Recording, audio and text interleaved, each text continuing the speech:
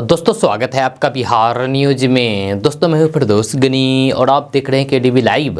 दोस्तों आज हो चुका है 14 अक्टूबर 2022। तो आज की बिहार की टॉप न्यूज़ लेकर आए हैं आपके लिए। दोस्तों वीडियो स्टार्ट करने से पहले आपसे एक रिक्वेस्ट है, अगर आप नए आए हैं इस चैनल पर तो फिर इस चैनल को सब्सक्राइब करके बेल आइकन को प्रेस कर दीजिए और साथ में वीडियो को लाइक कर दीजिए, अपने दोस्तों के साथ शेयर भी कीजिए। तो चलो दोस्तों स्टार्ट करते हैं आज की पूरे बिहार की टॉप न्यूज़। दोस्तों बिहार न्यूज़ में आज सबसे पहले बात करते हैं कि बिहार के मुख्यमंत्री नीतीश कुमार भी समाजवादी पार्टी के संस्थापक और संरक्षक मुलायम सिंह यादव को श्रद्धांजलि अर्पित करने सैफई पहुंचे। यहां उत्तर प्रदेश के पूर्व मुख्यमंत्री मुलायम सिंह यादव की तस्वीर के सामने ही उनकी आंखें नम हो गई। जहां लगभग 20 मिनट तक कोठी में नीतीश रुके और अखिलेश यादव के साथ जमीन पर ही बैठ करके बातचीत करते रहे। जाते जाते भी मुलायम सिंह का तस्वीर के सामने हाथ जोड़ करके रुक गए। इसी दौरान उनकी आंखों से आंसू छलक पड़े। इसके बाद नीतीश कुमार रुमाल से अपनी आंखें पोंछते हुए आगे बढ़े। यहाँ तो फिर अखिलेश यादव ने उन्हें सहारा देकर के गाड़ी तक पहुंचाया। दोस्तों बात करते हैं कि आरजेडी सुप्रीमो लालू प्रसाद यादव इन दिनों सिंगापुर में है। किडनी का इलाज कराने के लिए लालू प्रसाद यादव सिंगापुर गए हुए हैं। सिंगापुर में उनकी एक बेटी रोहिणी आचार्य रहती है। जब बेटी रोहिणी के घर पर वह ठहरे हुए हैं, उनके साथ पत्नी राबड़ी देवी, बेटी मीसा भारती समेत अन्य लोग भी सिंगापुर में हैं। रोहिणी आचार्य ने परिवार के साथ लिए गए फोटोग्राफ्स को ट्विटर पर अपलोड किया है, जिसमें वे लिखती हैं कि बड़े नसीब वाले होते हैं वे लोग, पिता का प्यार और मां का दुलार पा लेते हैं जो लोग। रोहिणी आचार्य ने करीब 4 फोटोग्राफ ट्विटर पर अपलोड किया है। एक फोटो में वह पापा के साथ मॉर्निंग वॉक करते हुए नजर आ रही है। दूसरे फोटो में वह बहन मीसा भारती और बच्चों के साथ दिख रही है। यह सभी समुद्र के किनारे घूम रहे हैं। 2 फोटो घर के अंदर का है। आपको बता दूं कि 11 अक्टूबर के दिन मंगलवार के शाम को लालू प्रसाद यादव दिल्ली से सिंगापुर के लिए रवाना हुए थे। उनके साथ पत्नी राबड़ी देवी, बेटी मीसा भारती समेत अन्य लोग भी सिंगापुर के लिए रवाना हुए थे। सिंगापुर में लालू प्रसाद यादव किडनी का इलाज कराने के लिए गए हैं। सिंगापुर पहुंचने पर उनकी बेटी रोहिणी आचार्य उन्हें एयरपोर्ट से रिसीव करने गई थी। इस दौरान लालू प्रसाद यादव एक व्हील चेयर पर बैठ करके एयरपोर्ट से बाहर निकले थे। दोस्तों बात करते हैं कि बिहार में खेती करने वाले किसानों के लिए अच्छी खबर सामने आ रही है। ताजा रिपोर्ट्स के मुताबिक भागलपुर, पूर्णिया, नालंदा समेत पूरे बिहार के किसानों को कृषि यंत्र की खरीद पर 75% की सब्सिडी दी जाएगी। यह इसके लिए किसानों से ऑनलाइन के द्वारा आवेदन मांगे गए हैं। तो ऐसे में अगर आप भी किसान हैं और कृषि यंत्र खरीदने के लिए सोच रहे हैं तो फिर आपके लिए ये बहुत ही बढ़िया मौका है। खबर के अनुसार किसानों को tractor, power tiller, happy seeder, mini rubber rice mill, makhana popping समेत 90 तरह के कृषि यंत्र पर सब्सिडी का लाभ दिया जाएगा। तो ऐसे में अगर आप भी कृषि यंत्र खरीद रहे हैं तो फिर आप इसका लाभ अवश्य उठाएं। आपको बता दें कि सीधी ड्रिल पर अनुदान की राशि 5% अधिक यानी कि 80% है, जबकि बचे हुए अन्य उपकरणों पर किसानों को 75% की सब्सिडी प्राप्त होगी। इसके बारे में अगर आप अधिक जानकारी पाना चाहते हैं तो आप इसकी आधिकारिक वेबसाइट पर विजिट करके अधिक जानकारी प्राप्त कर सकते हैं। दोस्तों बात करते हैं कि बिहार में मोकामा और गोपालगंज विधानसभा क्षेत्र में उपचुनाव होने वाले हैं। गोपालगंज सीट पर महागठबंधन और बीजेपी के खिलाफ ऑल इंडिया मजलिस-ए-इत्तेहादुल मुस्लिमीन यानी कि एआईएमआईएम ने उम्मीदवार उतारने का ऐलान किया है। ऐसे में गोपालगंज सीट पर उपचुनाव रोचक होने वाला है। महागठबंधन यानी कि आरजेडी, बीजेपी और बीएसपी दोनों सीटों को लेकर के अपने अपने प्रत्याशियों को मैदान में उतार दिया है। अब एआईएमआईएम पार्टी के प्रदेश अध्यक्ष अख्तर उल ईमान ने गोपालगंज सीट से उम्मीदवार उतार दिया है। किशनगंज में पत्रकारों से बातचीत करते हुए अख्तर उल ईमान ने कहा है कि गोपालगंज में एआईएमआईएम का संगठन मजबूत है, यहां पार्टी अपना उम्मीदवार उतारेगी, जबकि मोकामा सीट पर एआईएमआईएम का संगठन मजबूत नहीं है। इस कारण मोकामा में प्रत्याशी उतारने के मोड में नहीं है। दोस्तों बात करते हैं कि त्योहारी सीजन में लोग जम करके ऑनलाइन खरीदारी कर रहे हैं। यह धनतेरस, दीपावली और छठ को लेकर के दीप, लाइट, गिफ्ट आइटम और साड़ियों के ऑर्डर दे रहे हैं। जहाँ वहीं ऑनलाइन मार्केट कंपनियां भी ग्राहकों को लुभाने के लिए बम्पर ऑफर दे रही है। अच्छी कंपनियां ठगी गिरोह से सावधानी बरतते हुए ऑनलाइन पेमेंट के साथ साथ कैश ऑन डिलीवरी की सुविधा दे रही है। कंपनी की ओर से ऐसे लुभाने वाले ऑफर दिए जा रहे हैं। आप इन त्योहारों का पूरा सामान ऑनलाइन ही घर बैठे मंगा सकते हैं।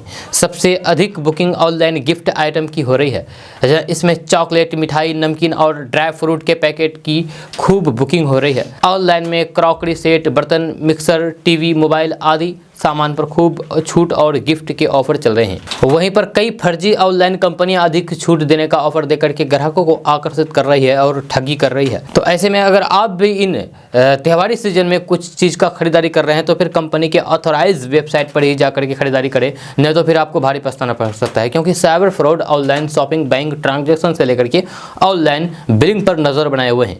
यह त्योहारी सीजन में लोगों को ज़्यादा ठगी का शिकार बनाया जा रहा है। इस समय ऑनलाइन खरीदारी में समझदारी की ज़रूरत है। बगैर सावधानी ऑनलाइन बिल पेमेंट करने या फिर किसी ई कॉमर्स साइट से गैजेट खरीदने और फिर एटीएम से कैश निकालने पर ठगी का शिकार हो सकते हैं। वही बैंकों द्वारा ग्राहकों को मैसेज के माध्यम से जागरूक भी किया जा रहा है, जिसकी वजह से हम आपको केडीबी लैब के माध्यम से बता रहे हैं। तो ऐसे में अगर आप भी ऑनलाइन सामान खरीदने का शौक रखते हैं तो फिर आप सावधान हो जाए, नहीं तो फिर आप ठगी का शिकार हो सकते हैं। ये केडीबी लैब की तरफ से आपको अलर्ट किया जा रहा है। दोस्तों बात करते हैं कि बिहार में डेंगू का कहर तेजी से बढ़ता जा रहा है। डेंगू से पीड़ित मरीजों की संख्या लगातार बढ़ती जा रही है। बिहार की राजधानी पटना समेत कई जिलों में मौत की खबरें भी सामने आ रही है। जब बिहार के अस्पतालों में डॉक्टर की उपस्थिति और फिर अन्य स्वास्थ्यकर्मी सही से काम कर रहे हैं या नहीं, इसकी मॉनिटरिंग का पूरा अभाव दिखता है। ड्यूटी होने के बावजूद कई डॉक्टर अस्पताल से गायब रहते हैं। एक या फिर दो डॉक्टर के भरोसे पूरे ओपीडी और इमरजेंसी वार्ड में काम होता है। नवादा के अस्पताल में मॉनिटरिंग व्यवस्था बेहतर नहीं होने के कारण आम मरीजों को इलाज के लिए परेशान होना पड़ता है। डेंगू को लेकर के जारी अलर्ट के बाद अस्पताल प्रबंधन द्वारा कोई विशेष प्रबंध सामने नहीं दिखता है। एक वार्ड बनाने की औपचारिकता घोषणा के बाद अन्य कोई इंतजाम नहीं है। मरीजों को उच्च चिकित्सा संस्थान के लिए रेफर कर देना सदर अस्पताल की नियति बनकर के रह गई है। डेंगू की रोकथाम के लिए जिला प्रशासन सजग एवं सतर्क रहने का निर्देश दिया है। डेंगू से बचाव के लिए जल जमाव नहीं होने दें। इसके लिए गमले का पानी, टायर, कूलर, फ्रिज आदि के पानी का नियमित रूप से सफाई करते रहें। इससे मच्छरों की संख्या बढ़ सकती है। डेंगू एडीज मच्छर के काटने से होता है। आपको बता दूं कि डेंगू मच्छर दिन में ही ज़्यादातर काटते हैं। इससे बचने के लिए मच्छरदानी या फिर एंटी क्रीम या तथा पूरे शरीर को ढकने वाले कपड़े का प्रयोग अवश्य करें। बच्चों को भी स्कूल भेजने से पहले फुल शर्ट, फुल पैंट, जूता आदि अवश्य पहनाएं। दोस्तों बात करते हैं कि करवा चौथ पर सुहागिन महिलाएं पति की लंबी आयु की कामना के लिए निर्जला व्रत रखती है और रात को चांद को अधेरे देने के बाद व्रत पूरा करती है। यह करवा चौथ पर गिफ्ट की परंपरा लंबे समय से बनी रहती है, लेकिन समय के साथ साथ गिफ्ट देने का ट्रेंड बदल रहा है। जब कोई पति अपनी पत्नी को उपहार में कार दे रहा है तो फिर कोई स्कूटी। जब पटना के अलग अलग 4 पहिया और फिर 2 पहिया वाहन शोरूम संचालकों के अनुसार महिलाओं के नाम पर 100 के करीब स्कूटी और 30 से अधिक कार की बुकिंग हुई है। एक शोरूम मालिक ने बताया है कि हमारे यहाँ महिलाओं के नाम पर 25% स्कूटी की बुकिंग की गई है। आज भी कार और स्कूटी की सेल में इजाफा होने की उम्मीद जताई जा रही है। करवा चौथ को लेकर के सोने चांदी की दुकानों में कल बम्पर भीड़ रही। मंगलसूत्र और गोल्ड चैन की खूब बिक्री हुई। सोनारों के संगठन के प्रदेश अध्यक्ष अशोक कुमार वर्मा ने बताया है कि महिलाओं के सबसे पावन त्योहार करवा चौथ पर स्वर्ण एवं चांदी के आभूषणों का अच्छा कारोबार हुआ है। आज भी बाजार में करवा चौथ का सकारात्मक असर रहेगा। जब करवा चौथ गुरुवार को था, यानी कि कल था, जब व्रत में सुहागिनें निर्जला व्रत रखती है और रात में चांद के दीदार के बाद ही व्रत तोड़ती है। दोस्तों बात करते हैं कि बिहार के बेगूसराय जिले से एक अनोखा घटना सामने आ रही है। यहाँ बुधवार को 2 मुंह वाले सांप को एक कंटेनर में अपर जिला एवं सत्र न्यायाधीश सतीश चंद्र झा की कोर्ट में पेश किया गया। न्यायाधीश सतीश को इस बात की खबर थी कि ये एक दुर्लभ प्रवृत्ति का सांप है जो ज़्यादातर राजस्थान में मिलता है। इसका नाम रेड सैंड बोआ है। इसीलिए तत्काल उसे अपने संरक्षण में लेकर के वन विभाग के अफसरों को सुरक्षित रख रखाव सुनिश्चित करने का निर्देश दिया है। कहा जा रहा है कि इस सांप का दाम अंतर्राष्ट्रीय बाजार में करोड़ों रुपए है। इस मामले में वन विभाग अफसर ने बताया है कि ये शांत स्वभाव वाला सांप नहीं है, ये केवल कीड़े एवं चूहे का शिकार बनाता है। अफसरों ने बताया है कि ऐसे सांप वाले नस्ल की चीन जैसे देशों में उच्च मांग की वजह से शिकार किया जाता है। दोस्तों बात करते हैं कि बिहार पुलिस को जल्द ही 10,000 से अधिक नए सिपाही और दारोगा मिलेंगे। पुलिस मुख्यालय ने सभी क्षेत्रीय पदाधिकारियों को दारोगा और सिपाहियों की नियुक्ति प्रक्रिया अविलंब पूरा करने का निर्देश दिया है। इसके लिए प्रशिक्षण प्राप्त दारोगा और सिपाहियों का 1 सप्ताह के अंदर चरित्र त्याग पत्र और मेडिकल जाँच करके रिपोर्ट मांगी गई है। नए स्टाफ की उपलब्धता से बिहार पुलिस की कार्य क्षमता बढ़ेगी। उम्मीद जताई जा रही है कि अगले माह तक 84 से 15 सिपाही और करीब 2213 दारोगा और सार्जेंट जिला पुलिस बल में योगदान कर देंगे। जहाँ बिहार पुलिस अवर सेवा आयोग द्वारा साल 2020 में दारोगा के 1998 और सार्जेंट के 215 पदों के लिए विज्ञापन जारी किया गया था। प्रारंभिक और मुख्य लिखित परीक्षा के बाद शारीरिक दक्षता परीक्षा के आधार पर इस साल जुलाई में अंतिम रूप से चयनित अभ्यर्थियों की नियुक्ति के लिए अनुशंसा की गई थी।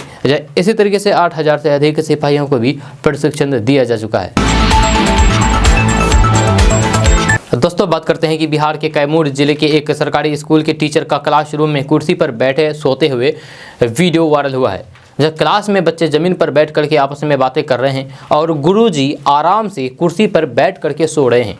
यह जांच के बाद पता चला है कि ये वीडियो मोहनिया प्रखंड के कटेज पंचायत के छोटका सागरा प्राथमिक स्कूल का है। टीचर का नाम शाहिद अंसारी बताया जा रहा है। अभिभावक टीचर के खिलाफ कार्रवाई की मांग कर रहे हैं। कटेज पंचायत के ग्रामीणों का कहना है कि ये वायरल वीडियो उनके पंचायत के सगरा गांव का है। इस मामले पर प्रखंड शिक्षा पदाधिकारी जगदीश प्रसाद ने बताया है कि वीडियो में साफ दिखाई दे रहा है कि शिक्षक क्लासरूम में बच्चों को पढ़ाने की जगह सो रहे हैं। इस पर उनका स्पष्टीकरण मांगा गया है। उनके साथ सख्त एक्शन लिया जाएगा। वीडियो के वायरल होने के बाद बच्चों के माता पिता में काफ़ी गुस्सा है। उनका कहना है कि अगर टीचर बच्चों के सामने क्लासरूम में ऐसे ही सोएंगे तो फिर बच्चों पर इसका क्या असर पड़ेगा। एक तरफ बिहार सरकार बच्चों के उज्जवल भविष्य और फिर विकास के लिए कोशिश कर रही है, तो वहीं दूसरी तरफ स्कूलों से आए दिन इस तरह के वीडियो वायरल होते रहते हैं। ऐसे शिक्षकों के खिलाफ सख्त एक्शन लिया जाना चाहिए। ऐसा ही वाकया बिहार के गोपालगंज से सामने आया था, जहां से स्कूल टीचर क्लासरूम में सोते हुए मिले थे। यह शिक्षक की जब नींद खुली तो फिर सामने वीडियो अशोक कुमार को देख करके गुरुजी हैरान रह गए थे। इस घटना के सामने आने के बाद टीचर पर सख्त कार्रवाई की गई थी। दोस्तों बात करते हैं कि जेडीयू का बीजेपी के खिलाफ पोल खोल अभियान की शुरुआत हो चुकी है। इस अभियान में राष्ट्रीय अध्यक्ष ललन सिंह समेत कई नेता मौजूद हैं। इस दौरान ललन सिंह ने बीजेपी पर जमकर के हमला बोला है। उन्होंने कहा है कि बिहार में पिछड़े वर्ग के लोगों को 20% तक का आरक्षण दिया गया। 2006 में पंचायती राज को आरक्षण दिया गया है और 2007 में नगर निकायों को आरक्षण दिया गया है। मामला पटना हाईकोर्ट और फिर सुप्रीम कोर्ट तक पहुँच गया। तब पटना हाईकोर्ट और सुप्रीम कोर्ट ने राज्य सरकार के इस फैसले को वैध ठहराया था। उसके आधार पर 2007 में, 2012 में और 2017 में चुनाव हुए, लेकिन 2022 में केंद्र सरकार की तरफ से नई साजिश रची गई और इस बार नगर निकाय चुनाव में आरक्षण व्यवस्था समाप्त करने का फैसला किया है। ललन सिंह ने कहा है कि हाईकोर्ट का एक निर्णय आया है और आयोग बनाने की बात कही गई है। इस मामले को लटकाने की एक साजिश रची गई है।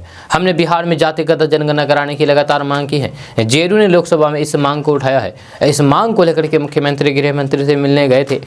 बाद में नीतीश कुमार प्रधानमंत्री से भी मिले, लेकिन जातिगत जनगणना नहीं हुआ। ललन सिंह ने कहा है कि केंद्र सरकार जानती है कि अगर बिहार में जातिगत जनगणना कराई जाएगी तो फिर आरक्षण व्यवस्था को लागू रखना पड़ेगा, लेकिन राज्य सरकार अपने खर्च से बिहार में जातिगत जनगणना कराएगी। दोस्तों बात करते हैं कि बिहार के जहानाबाद जिले में निगरानी विभाग ने गुरुवार को अंचल अधिकारी को घूस लेते हुए रंगे हाथ पकड़ लिया है। निगरानी विभाग ने काको के सीओ दिनेश प्रसाद को जमीन की दाखिल खारिज के लिए 1 लाख रुपए रिश्वत लेते हुए गिरफ्तार किया है। दरअसल निगरानी विभाग ने सुबह सुबह जब जहानाबाद जिले में स्थित गांधी नगर मोहल्ले में काको के सीईओ दिनेश प्रसाद को जमीन की दाखिल खारिज करने के लिए 1 लाख रुपए रिश्वत लेते गिरफ्तार किया है। सूत्रों के अनुसार दिनेश प्रसाद जहानाबाद जिले के काको अंचल अधिकारी के रूप में कार्यरत हैं। इस मामले में ओएना गांव के रहने वाले राहुल कुमार ने आरोप लगाया है।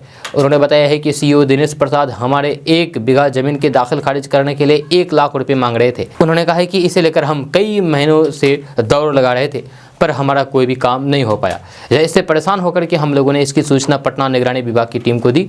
आपको बता दूं कि राहुल की शिकायत के बाद निगरानी विभाग के अधिकारी ने इस मामले की जांच की। जांच में आरोप सही पाया गया। इसके बाद निगरानी विभाग के राहुल कुमार को आदेश दिया है कि वे 1 लाख रुपए लेकर के सीईओ के पास जाएं। जब वही निगरानी विभाग ने सीईओ दिनेश प्रसाद को जमीन की दाखिल खारिज के लिए 1 लाख रुपए रिश्वत लेते हुए गिरफ्तार किया है। दोस्तों बात करते हैं कि रामायण पर आधारित फिल्म आदि पुरुष पर विवाद नॉन स्टॉप जारी है। इसके निर्माता, निर्देशक, कलाकारों और फिर निर्माता कंपनियों टी सीरीज और रेट्रो फाइल्स के खिलाफ मुजफ्फरपुर के जिला उपभोक्ता आयोग में मुकदमा दर्ज किया है। इस पर सुनवाई भी हुई। फिल्म पर वाल्मीकि रामायण के मूल को गलत तरीके से दिखाने का आरोप है। इसके अलावा भगवान श्री राम, हनुमान एवं सीता के चरित्र को भी गलत तरीके से दिखाने का आरोप लगाया है। दोस्तों बात करते हैं कि कांग्रेस नेता और पार्टी अध्यक्ष पद के उम्मीदवार मल्लिकार्जुन खड़गे के मुहर्रम वाले बयान पर सियासी घमासान मच गई है। खड़गे के बयान पर बीजेपी ने मोर्चा खोल दिया है। बीजेपी ने उन पर मुसलमानों का अपमान करने का आरोप लगाया है। जब खड़गे ने मीडिया के एक सवाल के जवाब में कहा कि बकरीद में बचेंगे तो मुहर्रम में नाचेंगे। दरअसल उनसे मीडिया ने सवाल किया था कि कांग्रेस की ओर से प्रधानमंत्री का चेहरा आने वाले लोकसभा चुनाव में कौन होगा, तो खड़गे ने जवाब दिया है कि पहले ये वाला आंतरिक चुनाव तो निपट जाए। इसी के बाद उन्होंने कहा है कि हमारे यहाँ कहावत है कि मैं बहुत जगह रिपीट करता हूं कि बकरीद में बचेंगे तो फिर मुहर्रम में नाचेंगे। इसी बयान को लेकर के खड़गे पर पलटवार करते हुए बीजेपी नेता शहजाद पूनावाला ने कहा है कि पूरी दुनिया में मुहर्रम मुसलमानों के लिए उत्सव का नहीं बल्कि दुख और शोक का महीना है। जब खड़गे का बयान मुसलमानों को अपमानित करने वाला है। इसके अलावा बीजेपी IT सेल के प्रमुख अमित मालवीय ने ट्वीट करते हुए खड़गे के बयान को असंवेदनशील करार दिया है और कहा है कि लगता है कि साल 2024 तक कांग्रेस का वजूद में रहना मुश्किल हो गया है। दोस्तों बात करते हैं कि बिहार देश का प्रमुख कृषि उत्पादक राज्य है। यहाँ की मुख्य फसलों में मक्का भी शामिल है। बिहार में मक्के के उत्पादन की कहानी ये है कि बिहार में 100% मक्के की संकर किस्मों का उत्पादन होता है, तो वहीं आंध्र प्रदेश, कर्नाटक, राजस्थान तथा महाराष्ट्र के बाद बिहार देश का 5वां सबसे बड़ा मक्का उत्पादक राज्य है। मसलन देश के कुल मक्का उत्पादन में बिहार का योगदान लगभग 9% है। अब बिहार मक्का उत्पादन की अपनी इस विशेषता से विकास की नई इबारत लिखने की तरफ बढ़ रहा है, जिसके तहत बिहार ने मक्का से आत्मनिर्भर बनने का लक्ष्य निर्धारित किया है। इस उद्देश्य के साथ बिहार ने एथेनॉल उत्पादन कोटा बढ़ाने के प्रयास तेज कर दिए हैं। भारत में बीते रोज देश की पहली एथेनॉल से चलने वाली कार लॉन्च हुई है। एथेनॉल को महंगे पेट्रोल और डीजल का विकल्प माना जा रहा है। ऐसे में बिहार मक्के से एथेनॉल का उत्पादन करके प्रदेश में एथेनॉल आधारित अर्थव्यवस्था को विकसित करने की योजना के साथ काम कर रहा है। लेकिन एथेनॉल उत्पादन के कोटे में लगी रोक मुसीबत बनी हुई है। एथेनॉल आधारित वाहन की शुरुआत के साथ ही इसके इस्तेमाल के लिए रास्ता तैयार हो गया है, जो इसका उत्पादन करने वाले प्रदेशों के लिए खुशखबरी है। लेकिन बिहार एक ऐसा प्रदेश है जहां एथेनॉल का उत्पादन तो हो सकता है, लेकिन उत्पादन का कोटा सीमित है। असल में कोटे के तहत इस वक्त बिहार सिर्फ 36 करोड़ टन एथेनॉल का उत्पादन कर सकता है, जबकि बिहार की क्षमता की बात करें तो बिहार में 100 करोड़ टन सालाना उत्पादन हो सकता है। वहीं एथेनॉल उत्पादन में बिहार की तुलना उत्तर प्रदेश की जाए तो फिर मौजूदा समय में एथेनॉल उत्पादन में उत्तर प्रदेश देश के लीडिंग प्रोफेसर के रूप में उभरा है। दोस्तों केंद्र सरकार ने तेल कंपनी को बड़ी राहत दी है। आज की कैबिनेट बैठक में सरकार ने तेल कंपनी को बड़ी राहत देने का फैसला किया है। दरअसल महंगी गैस से राहत देने के लिए प्रधानमंत्री नरेंद्र मोदी की अध्यक्षता में हुई बैठक में ये फैसला लिया गया है। जहाँ इसके तहत तेल कंपनी को 22,000 करोड़ रुपए की वन टाइम ग्रांट को मंजूरी दे दी है। गौरतलब है कि पेट्रोलियम मंत्रालय ने इससे पहले 30,000 करोड़ रुपए सब्सिडी की मांग की थी। दरअसल तेल कंपनियों को रसोई गैस की खुदरा बिक्री पर नुकसान हो रहा है और इसी नुकसान की भरपाई के लिए सरकार की तरफ से ये राहत दी जा रही है। तो दोस्तों बात करते हैं कि Bihar student credit card scheme के दायरे में लेदर, फैशन और टेक्सटाइल डिज़ाइन के स्नातकोत्तर कोर्स समेत 87 नए कोर्स लाए जा रहे हैं।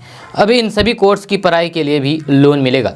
स्कीम के नीतिगत फैसले पर निर्णय के लिए शिक्षा विभाग की उच्च स्तरीय समिति ने औपचारिक प्रस्ताव बना लिया है। नए कोर्स में कृषि, चिकित्सा, श्रम विज्ञान एवं प्रौद्योगिकी विभाग, उच्च शिक्षा सहित 7 विभागों से राय ली गई है। ये पूरी कवायद अक्टूबर में पूरी की जानी है। अंतिम निर्णय शिक्षा विभाग के सचिव की अध्यक्षता में गठित समिति को लेना बाकी है। अभी तक 42 कोर्स के लिए लोन मिलता है। अगर 87 नए कोर्स को मंजूरी मिलती है तो फिर कुल 129 कोर्स की पढ़ाई के लिए लोन मिल सकेगा। इसके साथ ही स्टूडेंट क्रेडिट कार्ड स्कीम के तहत 127 नए कॉलेजों को और जोड़ा जा रहा है। दरअसल कॉलेजों ने इस स्कीम के तहत ऑनलाइन आवेदन किए थे। इसमें बिहार के बाहर के 121 कॉलेज हैं। ये वह कॉलेज हैं जो नेक, NBA और NRF रैंकिंग हासिल है। दोस्तों बात करते हैं कि बिहार में पहली बार शराब पीते हुए पकड़े जाने वाले के घर पर मद्य निषेध विभाग ने पोस्टर चिपकाना शुरू कर दिया है। इन पोस्टरों में चेतावनी दी गई है कि अगली बार दारू पीते पकड़े गए तो फिर सिर्फ जुर्माना देकर के नहीं छूटे गए बल्कि जेल होगी। गया जिले से पोस्टर चिपकाए जाने की शुरुआत हुई है। यहाँ मानपुर प्रखंड के एक गाँव में उत्पाद विभाग की टीम ने बुधवार को शराबियों के घर चेतावनी वाला पोस्टर चिपकाया है। उत्पादक सहायक आयुक्त प्रेस प्रकाश ने बताया है कि नए नियम के तहत अब पहली बार शराब पीने के आरोप में पकड़े जाने के बाद जुर्माना देकर के रिहा होने पर संबंधित व्यक्ति के घर पर पोस्टर चिपकाया जाएगा। जहाँ गया में बुधवार को पहली बार लखीबाग के बबलू यादव के घर पर पोस्टर चिपकाया गया है।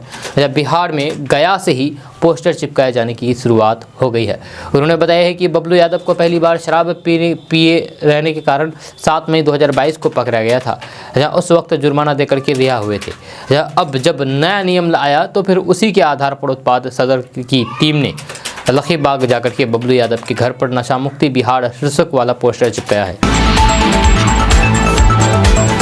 दोस्तों, अब तक ऐसा माना जा रहा है कि सेब की खेती केवल ठंडे प्रदेशों में ही संभव है, लेकिन अब ये बात मिथ्या साबित हो रही है। बिहार के औरंगाबाद जिले में भी कृषि विभाग के पहल से सेब की खेती शुरू कर दिया गया है। फिलहाल इसकी खेती जिले के देव प्रखंड के हसोली पंचायत के अंतर्गत खखरा गांव में शुरू किया गया है, जहां प्रगतिशील किसान श्रीकांत सिंह के द्वारा इसकी बागवानी किया जा रहा है, यानी कि सेब की खेती किया जा रहा है।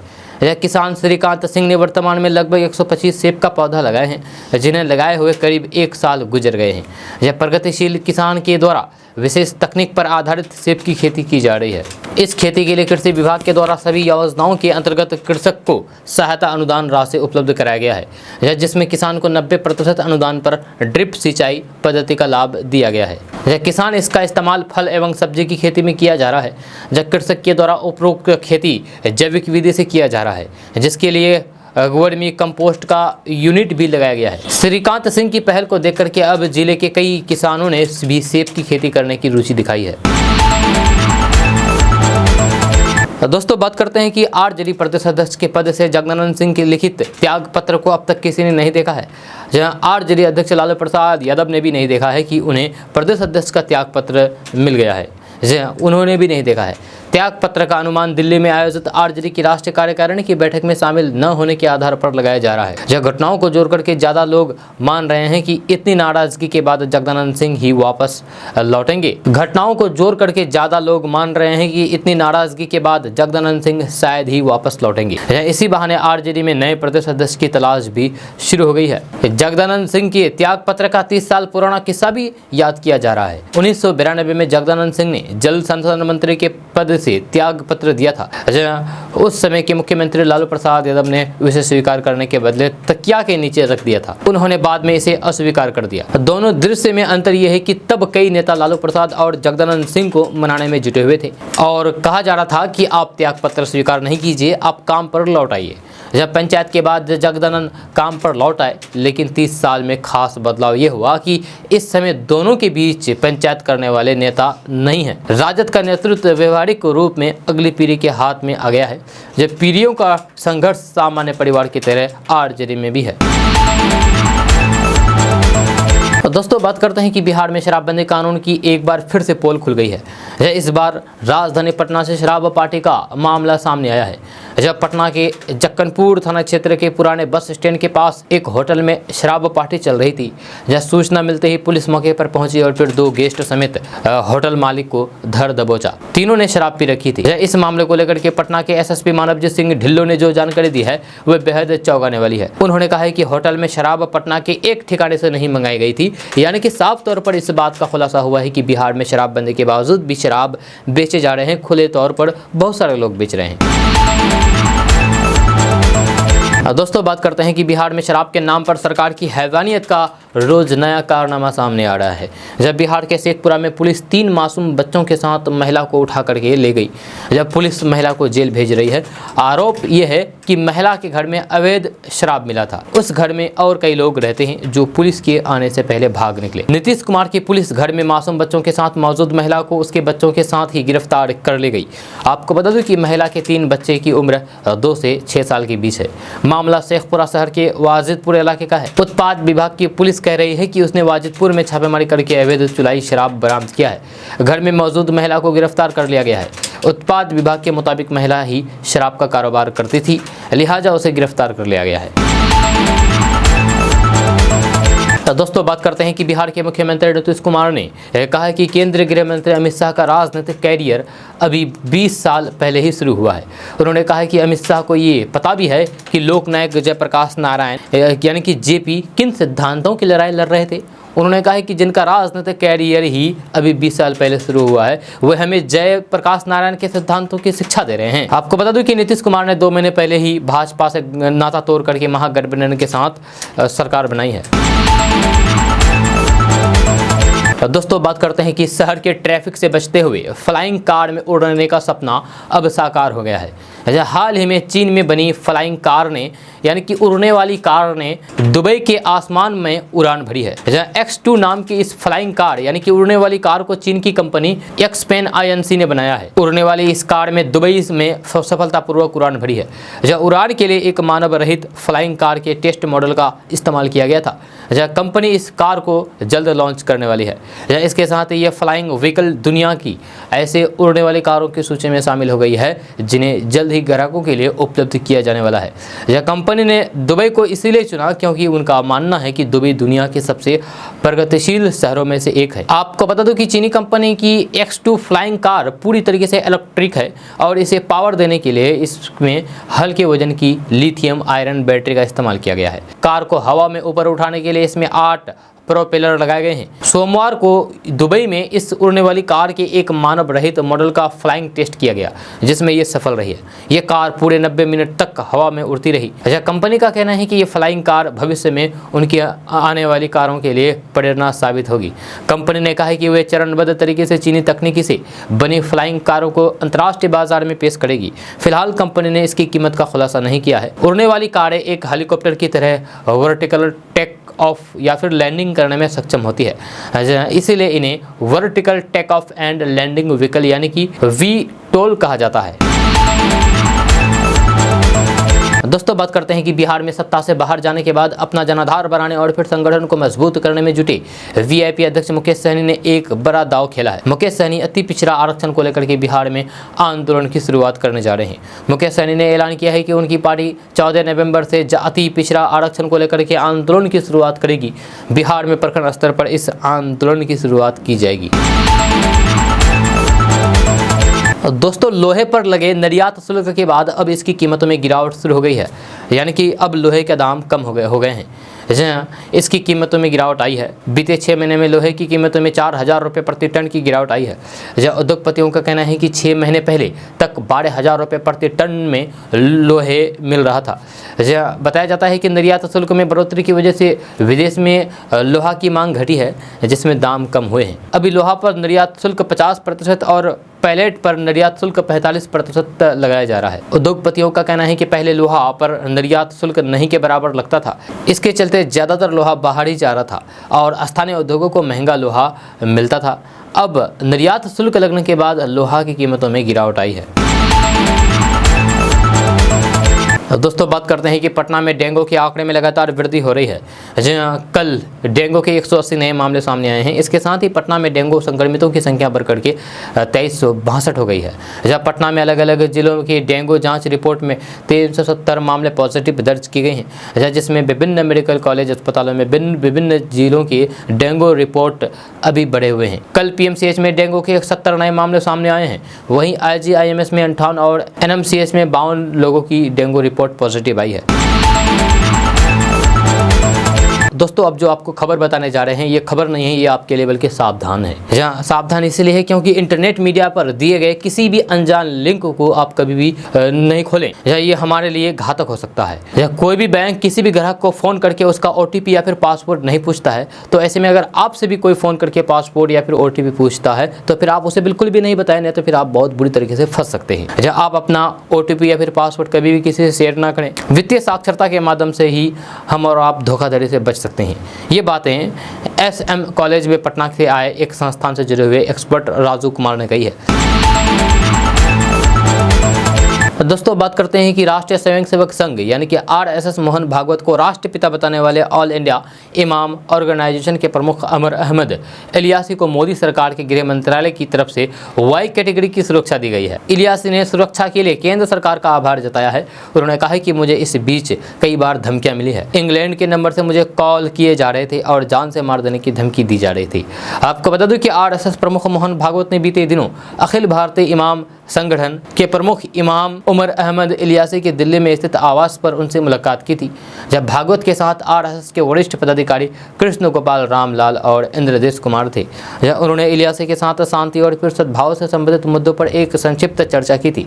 बैठक के बाद इलियासी ने कहा था कि बैठक एक पारिवारिक मामला था। उन्होंने कहा कि भागवत जी राष्ट्रपिता हैं और उनका मेरे घर आना मेरे लिए सम्मान की बात है। इस बैठक को लेकर के आरएसएस के एक पदाधिकारी ने कहा है कि उमर अहमद इलियासी के साथ आरएसएस लगातार बातचीत कर रहा है, यहाँ तक कि उनके पिता भी आरएसएस के पूर्व प्रमुख के एस सुदर्शन से मिले थे। उन्होंने ये भी कहा है कि भागवत किसी मस्जिद में नहीं गए थे, जहाँ ये एक यात्रा के अलावा कुछ और नहीं है।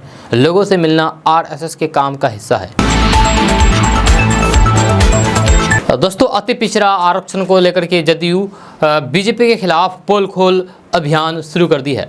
यह पूरे बिहार में पार्टी के राष्ट्रीय अध्यक्ष ललन सिंह से लेकर के पार्टी के सभी विधायक, सांसद और कार्यकर्ता इस अभियान में शामिल हो गए हैं। ये कार्यक्रम हर जिला मुख्यालय में होगा। पटना में गांधी मैदान में गांधी मूर्ति के पास पार्टी के राष्ट्रीय अध्यक्ष ललन सिंह के साथ पार्टी के सभी वरिष्ठ नेता प्रदर्शन में शामिल होंगे। नगर निकाय चुनाव में अति पिछड़ा आरक्षण को लेकर के हाईकोर्ट के फैसले के बाद बिहार में सियासत थम नहीं रहा है। बीजेपी नीतीश कुमार को इसके लिए दोषी बता रही है। वहीं जदयू का कहना है कि बीजेपी आरक्षण विरोधी है। जदयू की ओर से पिछले दिनों पूरे बिहार में बीजेपी के खिलाफ महंगाई, बेरोजगारी को लेकर के अभियान चलाया गया था। अब एक बार फिर से अति पिछड़ा आरक्षण के मुद्दे पर जदयू बीजेपी को घेरने की आज कोशिश करेगी। जदयू नेताओं का कहना है कि बिहार में 2007 से ही निकायों में अति पिछड़ा आरक्षण की व्यवस्था की गई है और उसके बाद आरक्षण के तहत ही 3 बार चुनाव तक हो चुके हैं। इसीलिए हाईकोर्ट के फैसले को लेकर के अति पिछड़ा आरक्षण पर सुप्रीम कोर्ट में बिहार सरकार अपील करेगी। दोस्तों बात करते हैं कि आरजेडी के प्रदेश अध्यक्ष पद से इस्तीफा की खबरों के बीच जगदानंद सिंह ने मीडिया से बात की है। एक अंग्रेजी अखबार से बात करते हुए जगदानंद सिंह ने कहा है कि वे गांव में अपने घर में आराम कर रहे हैं। सवाल पूछा गया है कि मीडिया में उनके इस्तीफे की खबरें आ रही है, तो जगदानंद सिंह ने कहा है कि इस मसले पर उन्हें कुछ नहीं बोलना है। आपको बता दें कि आरजेडी के प्रदेश अध्यक्ष जगदानंद सिंह अपने बेटे सुधाकर सिंह के इस्तीफे के बाद से पार्टी के कामकाज से अलग हो गए हैं। जब वे पटना में स्थित आरजेडी के प्रदेश कार्यालय में नहीं जा रहे हैं। जब दिल्ली में आरजेडी के राष्ट्रीय सम्मेलन में भी जगदानंद सिंह नहीं पहुंचे थे। या इसके बाद ये खबरें उड़ पड़ी कि उन्होंने इस्तीफा दे दिया है। आज जगदानंद सिंह ने एक अंग्रेजी अखबार से बात की। उन्होंने कहा कि वे अवकाश पर यानी कि छुट्टी पर हैं और आराम कर रहे हैं। जब उनसे ये पूछा गया है कि वे आरजेडी के दफ्तर में कब से जाना शुरू करेंगे, तो जगदानंद सिंह ने कहा है कि क्या मैं आराम नहीं कर सकता, क्या मैं छुट्टी नहीं ले सकता। जब उनसे इस्तीफे को लेकर के सवाल पूछा गया तो उन्होंने कहा है कि मीडिया की बातों पर उन्हें कुछ नहीं कहना है। जानकारों के मुताबिक जगदानंद सिंह का मौन धारण करना ही बता रहा है कि इस्तीफे की खबरें सही है। जगदानंद सिंह ने अपने इस्तीफे की खबरों को नकारा नहीं बल्कि उस पर टिप्पणी करने से इनकार कर दिया। जब उनके करीबी बताते हैं कि जगदानंद सिंह पार्टी के अंदर की बात को मीडिया में नहीं लाना चाह रहे हैं, इसलिए कुछ बोलने से परहेज कर रहे हैं। हकीकत यही है कि वे इस्तीफा दे चुके हैं। वे लालू तेजस्वी के नीतीश प्रेम से आहत हैं। जब वैसे 2 दिन पहले तेजस्वी यादव ने कहा था कि जगदा बाबू नाराज नहीं है। तेजस्वी ने कहा था कि मीडिया के लोग जगदानंद सिंह को जानते ही नहीं है, इसलिए उनके इस्तीफे की खबर चला रहे हैं। दोस्तों बात करते हैं कि राजधानी पटना में सोमवार को दोपहर बाद झमाझम बारिश हुई, जिसके बाद मौसम सुहाना हो गया। हालांकि राजधानी पटना से ज़्यादा बारिश अररिया के फॉरबिसगंज में हुई और किशनगंज में। राजधानी पटना में 28 मिलीमीटर तो वहीं फॉरबिसगंज में सबसे ज़्यादा 176 मिलीमीटर बारिश हुई है। आज भी मौसम विभाग की ओर से बिहार के कई जिलों में भारी बारिश की चेतावनी दी गई है। राजधानी पटना समेत पूरे बिहार में वज्रपात और मेघ गर्जन की आशंका जताई गई है। मौसम विभाग के अनुसार बिहार के जिन 5 जिलों में आज भारी बारिश की संभावना है, उनमें किशनगंज, कटिहार, पूर्णिया, बांका और भागलपुर जिला शामिल है। 15 अक्टूबर को किशनगंज, भभुआ, रोहतास और कटिहार में भारी बारिश को लेकर के चेतावनी दी गई है।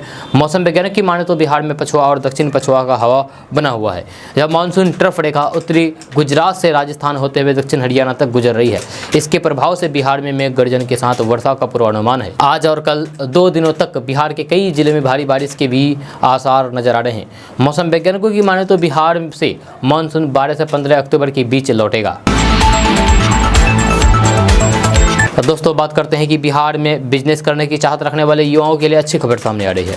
ताजा रिपोर्ट्स के अनुसार नीतीश सरकार पटना, भागलपुर, मुजफ्फरपुर समेत सभी जिलों के लोगों के लिए बिहार उद्यमी योजना चला रही है। इस योजना के अंतर्गत सरकार के द्वारा 10 लाख रुपए की आर्थिक मदद दी जाती है। सबसे अच्छी बात यह है कि इसमें सरकार के द्वारा 50% की सब्सिडी मिलती है, यानी कि सरकार के द्वारा सब्सिडी के तौर पर 5 लाख रुपए दिए जाते हैं। जहाँ वहीं 10 लाख रुपए में से 5 लाख की राशि 84 महीने यानी कि 7 साल के भीतर 1% ब्याज के साथ सरकार को लौटानी होती है। हालांकि बिहार उद्यमी योजना में महिलाओं को 1% भी ब्याज देने की जरूरत नहीं होती है। आपको बता दूं कि इस योजना की शुरुआत साल 2021 में हुई थी, जहाँ इसके बाद कई लोगों ने इसका लाभ उठाया भी। जहाँ अगर आप भी इस योजना का लाभ लेना चाहते हैं तो आप वेबसाइट udyami.bihar.gov.in पर नज़र बनाए रखें, क्योंकि इस योजना से संबंधित सभी प्रकार की जानकारी इस वेबसाइट पर अपडेट की जाती है। दोस्तों बात करते हैं कि बिहार में नौकरी की तलाश कर रहे युवाओं के लिए अच्छी खबर सामने आ रही है।